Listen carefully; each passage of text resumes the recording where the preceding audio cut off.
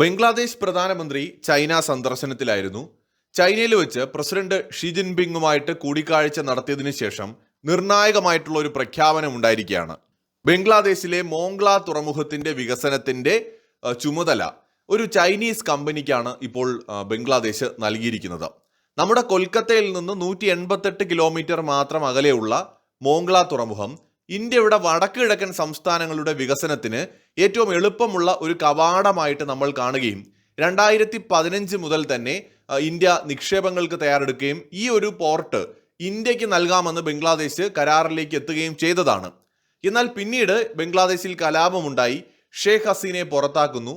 അതിനുശേഷം വന്ന ഇടക്കാല സർക്കാർ മുഹമ്മദ് യൂനിസിന്റെ നേതൃത്വത്തിൽ ഈ കരാറിൽ നിന്ന് അവർ പിൻവാങ്ങുന്നു. അതായത് ഇന്ത്യക്ക് നൽകിയിരുന്ന കരാർ അവർ പിൻവലിക്കുകയാണ്. പിന്നീട് അവിടെ ഇപ്പോൾ തെരഞ്ഞെടുപ്പൊക്കെ നടന്നിട്ട് പുതിയൊരു ഭരണാധികാരി അധികാരത്തിൽ വന്നിരിക്കുകയാണ്. അദ്ദേഹം, അതായത് താരിഖ് റഹ്മാൻ, അദ്ദേഹം ചൈനീസ് പ്രസിഡന്റ് ഷി ജിൻപിങ്ങുമായിട്ട് ഇപ്പോൾ ചർച്ച നടത്തിയിട്ട് ഈ കരാറ് ഒരു ചൈനീസ് പൊതുമേഖലാ കമ്പനിക്ക് നൽകിയിരിക്കുകയാണ്. ഈ പദ്ധതിയുടെ ഭാഗമായിട്ട് ചൈന വൻതോതിൽ ഇവിടെ ഇൻവെസ്റ്റ്മെന്റ് നടത്താൻ സാധ്യത കാണുന്നുണ്ട്. മോംഗ്ല തുറമുഖത്ത് ടെലി കമ്മ്യൂണിക്കേഷൻസ്, ഇലക്ട്രോണിക്സ് മേഖലകളിലെ വൻകിട ഉൽപാദന കേന്ദ്രങ്ങൾ നിർമ്മിക്കാൻ ചൈന ലക്ഷ്യമിടുന്നുണ്ട്. ഇതിനു പുറമെ ഇന്ത്യയെ കൂടുതൽ പ്രതിരോധത്തിലാക്കുന്ന 2 നിർണായക നിർദ്ദേശം കൂടി ചൈന മുന്നോട്ട് വച്ചിട്ടുണ്ട്. അതിലൊന്ന് ബംഗ്ലാദേശ് മ്യാൻമാർ ചൈന സാമ്പത്തിക ഇടനാഴിയാണ്. ചൈനയുടെ സ്വപ്ന പദ്ധതിയായ ബെൽറ്റ് ആൻഡ് റോഡ് സംരംഭത്തിന് കീഴിൽ 3 രാജ്യങ്ങളെയും തമ്മിൽ ബന്ധിപ്പിക്കുന്ന ഒരു സാമ്പത്തിക ഇടനാഴി ചൈന ആസൂത്രണം ചെയ്യുകയാണ്. അതായത് മ്യാൻമാർ വഴി ബംഗ്ലാദേശിലേക്ക് നേരിട്ടുള്ള ചൈനീസ് വാണിജ്യ പാതയാണ് ഇതിലൂടെ ഒരുക്കാനായിട്ട് അവർ ശ്രമിക്കുന്നത്. മറ്റൊന്ന് തീസ്ത നദി പ്രോജക്റ്റ് ആണ്. ഇന്ത്യയുമായി വർഷങ്ങളായിട്ട് തർക്കത്തിൽ കിടക്കുന്ന തീസ്ത നദീ ജലവിതരണ പദ്ധതി ചൈനയുടെ സാമ്പത്തിക സാങ്കേതിക സഹായത്തോടെ മുന്നോട്ട് കൊണ്ടുപോകാനാണ് ബംഗ്ലാദേശ് തീരുമാനിച്ചിരിക്കുന്നത്.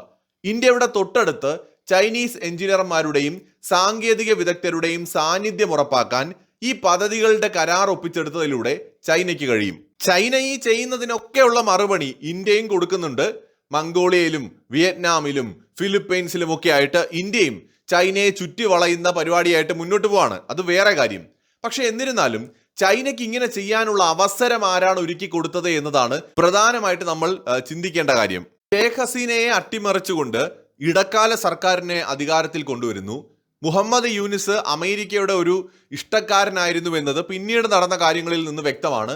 മുഹമ്മദ് യൂനിസിനെ അമേരിക്കയിൽ വിളിച്ചു വരുത്തി ആദരിക്കുന്നു. ബൈഡൻ അഡ്മിനിസ്ട്രേഷനുമായിട്ട് ഭയങ്കര നല്ല ടേംസിലായിരുന്നു.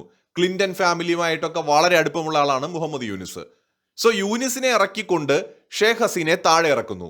അതിനുശേഷം തെരഞ്ഞെടുപ്പ് നടന്ന സമയത്ത് ബ്രിട്ടനിലായിരുന്ന ഏതാണ്ട് 2008 മുതൽ 2025 വരെ ബ്രിട്ടനിലായിരുന്ന താരിഖ് റഹ്മാനെ ബംഗ്ലാദേശിലേക്ക് കൊണ്ടുവരുന്നു. BNPയുടെ നേതാവായിരുന്ന ഖാലിദ സിയ മരണപ്പെട്ടതിനെ തുടർന്നാണ് അവരുടെ മകനായിട്ടുള്ള ഈ താരിഖ് റഹ്മാനെ ബംഗ്ലാദേശിലേക്ക് കൊണ്ടുവരുന്നത്. അദ്ദേഹം UK ജീവിച്ചിരുന്ന ആളാണ്, ബ്രിട്ടീഷ് പൗരനായിട്ടുണ്ടായിരുന്ന ഒരാളാണ്.